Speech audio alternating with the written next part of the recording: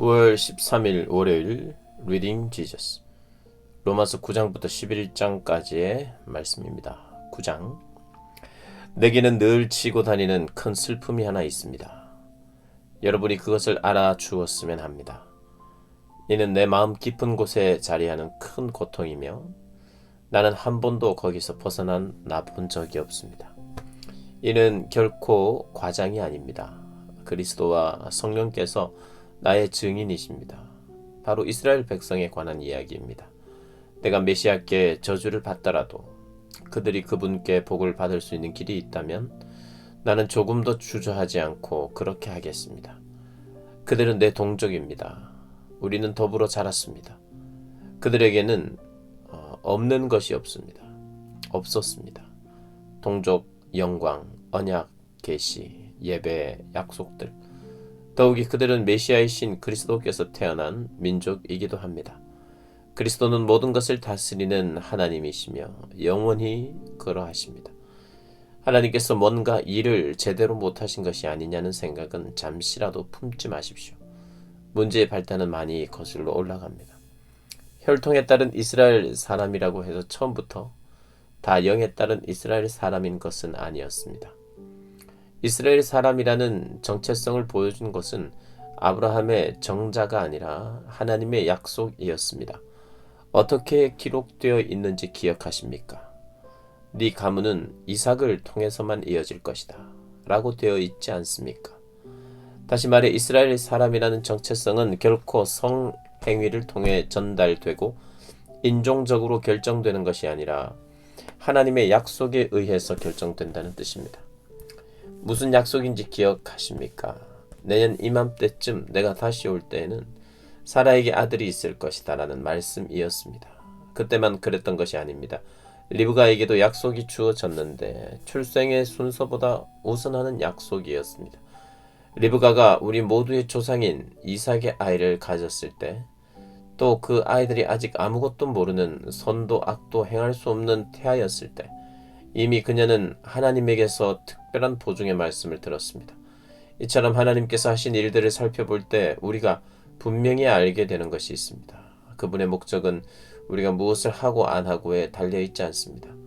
그것은 이루어질 수도 있고 안 이루어질 수도 있는 그런 것이 아니라 그분의 결정에 의해 결정되고 그분의 주도로 확정된 확실한 무엇입니다. 하나님은 리브가에게 너의 쌍둥이 중에 둘째가 첫째보다 뛰어날 것이다 라고 말씀하셨습니다. 후에 이 말씀에 나는 야곱을 사랑했고 에서는 미워했다는 딱딱한 경고 형태로 등장합니다. 이것을 두고 우리가 하나님은 불공평하시다고 불평할 수 있을까요? 부디 성급하게 판단하지 마십시오. 하나님은 모세에게 이렇게 말씀하셨습니다. 자비도 내가 베푸는 것이고 긍휼도 내가 베푸는 것이다. 다시 말하면 긍휼은 우리의 동정어린 심정이나 도덕적 노력에서 비롯되지 않고 하나님의 자비에서 비롯된다는 말씀입니다. 하나님께서 바로에게 하신 말씀도 같은 요지의 말씀입니다. 나는 나의 구원의 능력이 펼쳐지는 이 드라마에서 너를 단역으로 쓰려고 골랐다. 이 모든 이야기를 한마디로 하면 결정권은 처음부터 하나님께 있다는 것입니다. 하나님께서 이를 주도하셨고 우리는 그 일에서 좋은 역할이든 나쁜 역할이든 우리 역할을 할 뿐입니다. 이렇게 의의를 제기하시렵니까? 모든 것을 다 하나님이 결정하시는 것이라면 어떻게 하나님이 우리에게 책임을 물을 수 있단 말인가? 큰 결정은 이미 다 내려져 있는데 대체 우리가 할 수 있는 것이 무엇이란 말인가? 대체 여러분은 누구이기에 이런 식으로 하나님에 대해 이러쿵저러쿵 할 수 있다고 생각하는 것입니까? 사람이 감히 하나님을 문제 삼을 수 있다고 생각합니까? 진흙이 자기를 빚고 있는 손을 향해 왜 당신은 나를 이런 모양으로 만들고 있습니까? 하고 묻는 법은 없습니다. 한 진흙덩이로는 꽃을 담는 병을 또 다른 진흙덩이로는 콩 조리용 항아리를 만들 수 있는 완전한 권리가 토기장이에게 있는 것이 분명하지 않습니까? 하나님께서 당신의 노여움을 보여줄 목적으로 한 모양의 도기를 특별히 고안하시고 당신의 영광스러운 선을 보여줄 목적으로 또 다른 모양의 도기를 정교히 제작하셨다는 것에 대체 무슨 문제가 있을 수 있겠습니까? 전자나 후자나 또는 두 경우 모두의 유대민족이 해당될 때가 있었고 이는 다른 민족들의 경우도 마찬가지입니다. 호세아가 이를 잘 표현해 줍니다.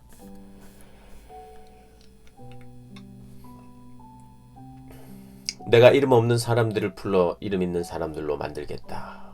내가 사랑받지 못한 사람들을 불러 사랑받는 사람들로 만들겠다. 사람들이 이 하찮은 것들이라고 퍼붓던 그곳에서 하나님의 살아있는 자녀들이라고 불리게 되리라. 이사야도 이런 사실을 역설합니다. 해변의 모래알 하나하나에 다 숫자가 매겨지고 그 합한 것에 하나님이 택하신 사람들이라는 라벨이 붙더라도 그것들은 여전히 숫자에 불과할 뿐 이름이 아니다. 구원은 택하심을 통해 오는 것, 하나님은 우리를 수로 세지 않으신다. 그분은 우리를 이름으로 부르신다. 산술은 그분의 관심이 아니다. 이사야는 앞날을 정확히 내다보며 이렇게 말했습니다. 능하신 우리 하나님께서 우리에게 살아있는 자녀를 유산으로 남겨주지 않으셨더라면 우리는 유령마을처럼 소돔과 고모라처럼 되고 말았을 것이다. 이것을 모두 종합해보면 무슨 말입니까?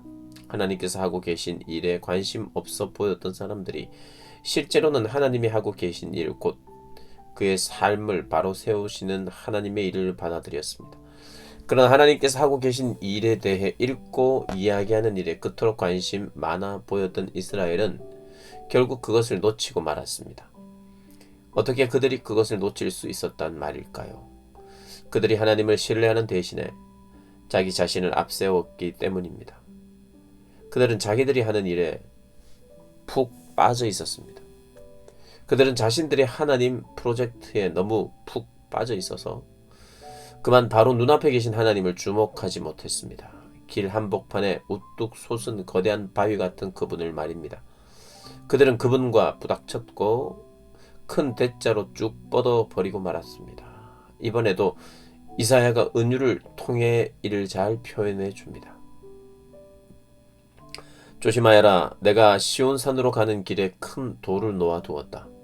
너희가 피해 돌아갈 수 없는 돌을 두었다. 그런데 그 돌은 바로 나다. 그러므로 너희가 나를 찾고 있다면 길 가다 내게 걸려 넘어지지 않아야 비로소 나를 만나게 될 것이다. 10장. 친구 여러분, 참으로 내가 원하는 것은 이스라엘이 가장 선한 것, 곧 구원을 얻는 것입니다. 나는 온 마음으로 그것을 원하며 늘 그것을 위해 하나님께 기도드립니다. 나는 하나님에 대한 유대인의 열정이 참 대단하다는 사실을 기꺼이 인정합니다. 그러나 문제는 그들의 모든 일이 본말이 전도되어 있다는 것입니다. 모든 것을 바로 세우는 이 구원의 일은 하나님이 하시는 사업이며 그것도 대단히 번창하고 있는 사업이라는 사실을 그들은 깨닫지 못하고 있습니다. 그래서 그들은 길거리 바로 맞은편에 자신들의 구원 판매점을 차려놓고서 요란스럽게 자신들의 물건을 팔고 있습니다. 오랜 시간 동안 하나님에 걸맞게 대해드리지 않고 자기들 멋대로 다루어온 결과 이제 그들은 더는 내놓을 것이 없게 되었습니다. 앞선 계시는 다만 우리를 준비시키기 위한 것이었습니다. 자신을 신뢰하는 사람들을 위해 모든 것을 바로 세워주시는 메시아를 맞이할 준비입니다. 모세가 기록했듯이 한사코 율법 조문을 이용해 하나님 앞에 바로 서겠다는 자들은 곧 그렇게 사는 깨알같은 계약서 조항들에 일일이 얽매여 사는 것이 결코 쉽지 않다는 사실을 알게 됩니다. 그러나 우리 안에 바른 삶을 형성시켜 주시는 하나님을 신뢰하는 것은 전혀 다른 이야기입니다. 여기서는 메시아를 모셔오겠다고 위험천만하게 하늘까지 올라갈 일도 없고 또 메시아를 구출하겠다고 위험천만하게 지옥까지 내려갈 일도 없습니다. 모세가 정확히 뭐라고 말합니까? 구원하시는 말씀이 바로 여기 있다. 너의 입속 혀처럼 가까이, 너의 가슴 속 심장처럼 가까이. 이 말씀이란 우리를 위해 모든 것을 바로 세우어 주시며 일하시는 하나님을 받아들이는 믿음의 말씀을 말합니다. 우리가 전하는 메시지의 핵심이 바로 이것입니다. 하나님을 받아들이며 예수가 나의 주님이시다라고 말하십시오. 예수를 죽은 자들 가운데서 살려내실 때 하셨던 일을 지금 우리 안에서도 행하고 계신 하나님의 일을 마음과 몸을 다해 받아들이십시오. 그렇습니다. 바로 그것입니다. 이는 여러분이 무엇인가 해내는 것이 아닙니다. 여러분은 그저 하나님을 소리내어 부를 뿐입니다. 그분께서 여러분을 위해 일하실 것을 신뢰하면서 말입니다. 이것이 바로 구원입니다. 여러분은 전 존재를 기울여 모든 것을 바로 세워주시는 하나님을 받아들이며 큰 소리 외칩니다. 하나님께서 그분과 나 사이 모든 것을 바로 세워주셨다. 성경도 우리에게 확신을 심어줍니다. 마음과 목숨을 다해 하나님을 신뢰하는 사람들은 결코 후회하는 법이 없다. 이는 우리의 종교적 배경과는 아무 상관이 없는 일입니다. 우리 모두에게 동일하신 하나님께서 소리쳐 도움을 청하는 모든 사람들에게 믿을 수 없을 만큼 동일하게 풍성히 베풀어 주십니다. 하나님 도와주세요 하고 외치는 사람은 누구나 도움을 얻습니다. 하지만 누구를 신뢰해야 하는지 모른다면 어떻게 도움을 청할 수 있겠습니까? 신뢰할 수 있는 그분에 대해 들어보지 못했다면 어떻게 그분을 신뢰할 수 있겠습니까? 말해주는 사람이 없다면 어떻게 그분에 대해 전해 들을 수 있겠습니까? 또한 보냄을 받은 사람이 없다면 누가 그분에 대해 말해주는 일을 하겠습니까? 그러므로 성경은 이렇게 외칩니다. 숨막히는 저 광경을 보라. 하나님께서 행하신 온갖 좋은 일을 들려주는 사람들의 저 장렬한 행렬. 그러나 모든 사람이 다 말씀을 받아들일 준비, 보고 듣고 행동할 준비가 되어 있는 것은 아닙니다. 이사야도 우리 모두가 다 한 번씩은 던질 법한 질문을 던졌습니다. 하나님, 누가 관심을 보입니까? 이 말씀에 귀 기울이고 믿는 사람이 누구입니까? 중요한 것은 이것입니다. 신뢰할 수 있으려면 먼저 귀 기울여 들어야 합니다. 그러나 귀 기울여 들을 것이 있으려면 먼저 그리스도의 말씀이 전해져야 합니다. 그러나 이스라엘의 경우는 지금 일어나고 있는 일에 대해 듣고 깨달을 수 있는 기회가 정말 충분히 있지 않았던가요? 전하는 사람들의 목소리가 온 세상에 울려 퍼졌고 그들의 메시지가 땅의 칠대양에까지 미쳤다. 그러므로 중요한 질문은 이것입니다. 왜 이스라엘은 이 메시지에 대한 독점권이 자신에게 없다는 사실을 깨닫지 못했던 것일까요? 다음과 같이 예언한 모세가 바로 보았습니다. 여러분은 하나님께서 여러분이 낮추어 보는 사람들, 이방인들에게 다가가시는 것을 보게 될 것이고 질투심에 미칠 것입니다. 여러분은 하나님께서 여러분이 종교적으로 하등하다고 여기는 사람들에게 다가가시는 것을 보게 될 것이고 우라가 치밀 것입니다. 이사야는 담대하게 하나님의 말씀을 이렇게 전합니다. 나를 찾지도 않던 사람들이 나를 만났고 받아들였다. 나 또한 나에 대해 묻지도 않았던 사람들을 만났고 받아들였다. 그러고는 분명한 고발로 마무리 짓습니다.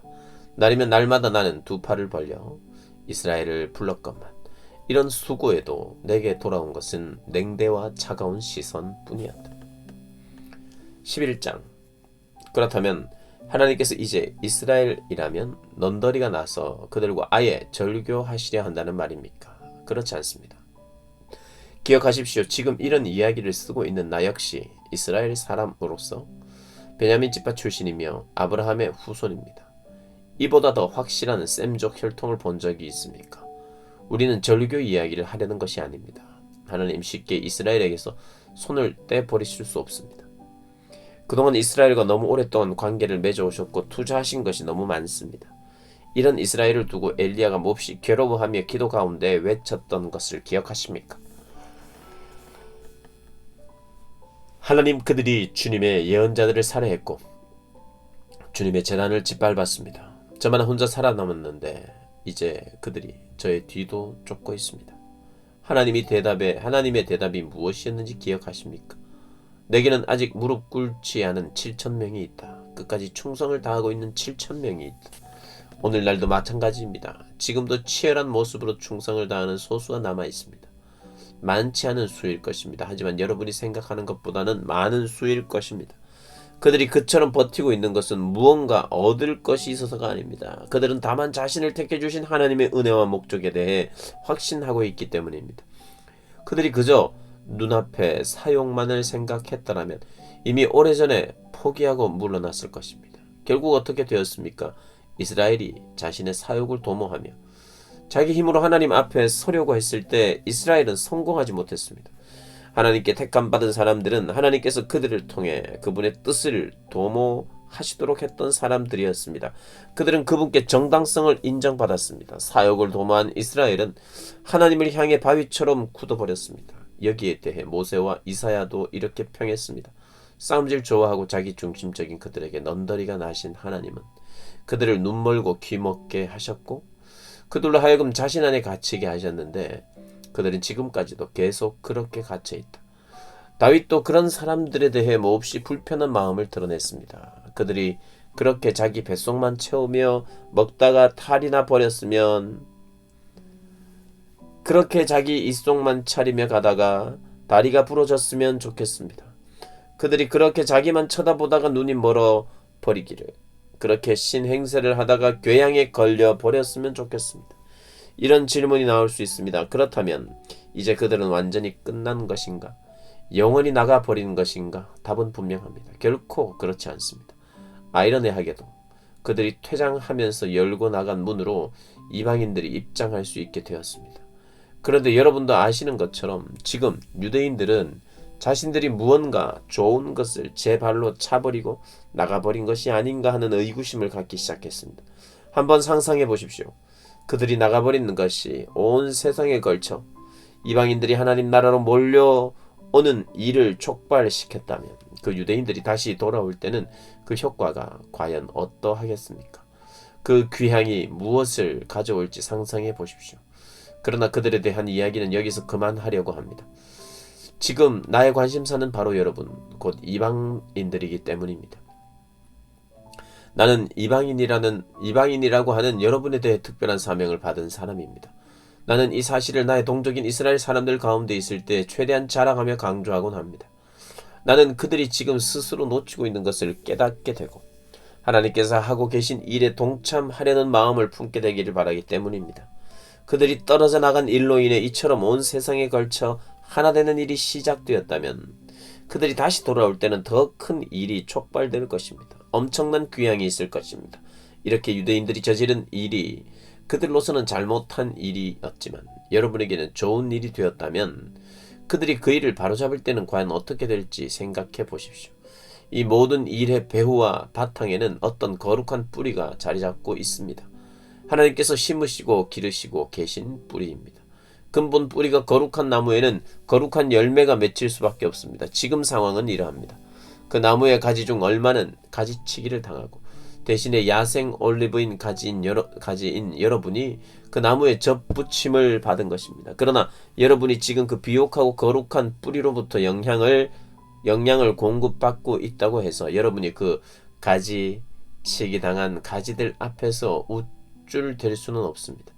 기억하십시오. 여러분이 그 뿌리에 영향을 공급하고 있는 것이 아니라 그 뿌리가 여러분에게 영향을 공급하고 있는 것입니다. 이런 말이 나올 법합니다.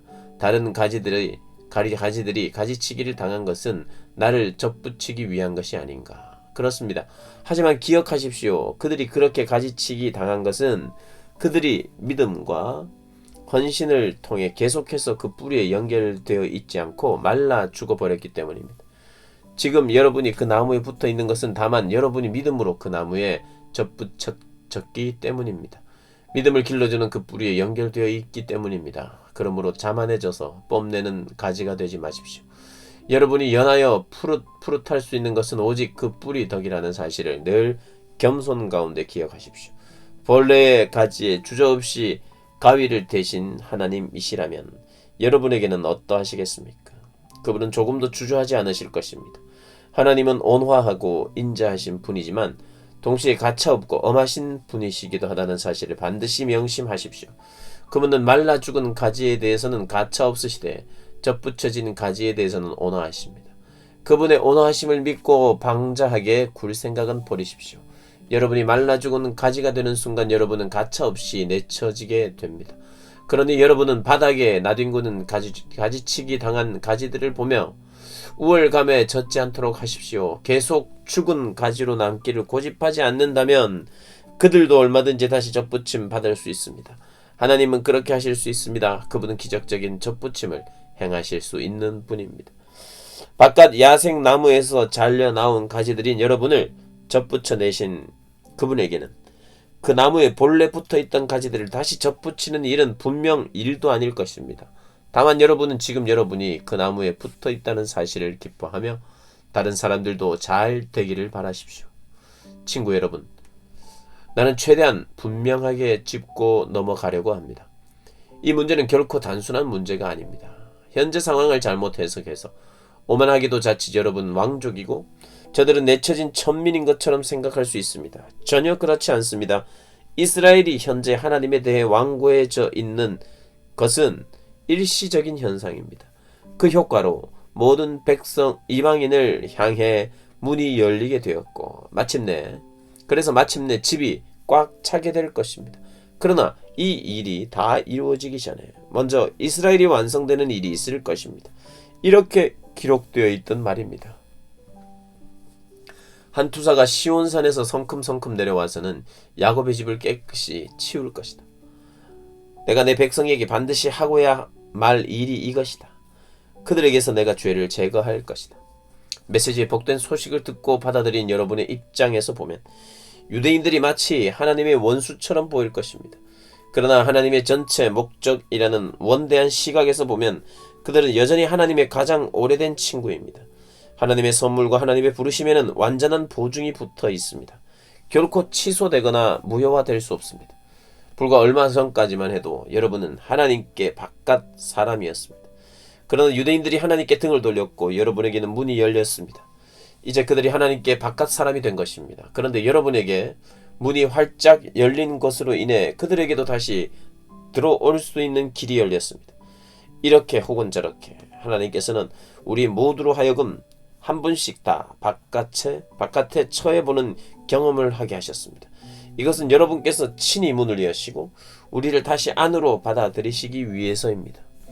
이 비할 데 없는 하나님의 엄청난 관대하심과 깊고 깊은 지혜, 우리는 결코 다 이해하지 못하며 다 헤아려 알 수도 없습니다. 하나님을 설명할 수 있는 이 누구인가? 그분께 하실 일을 아뢰을 수 있을 만큼 똑똑한 이 누구인가? 하나님이 조언을 구하시는 이 누구이며 그분께 도움이 된 이 누구인가? 모든 것이 그분에게서 시작하고 그분을 통해 일어나며 그분에게서 마친다. 영원토록 영광, 영원토록 찬양. 오 참으로 그러하기를. 아멘.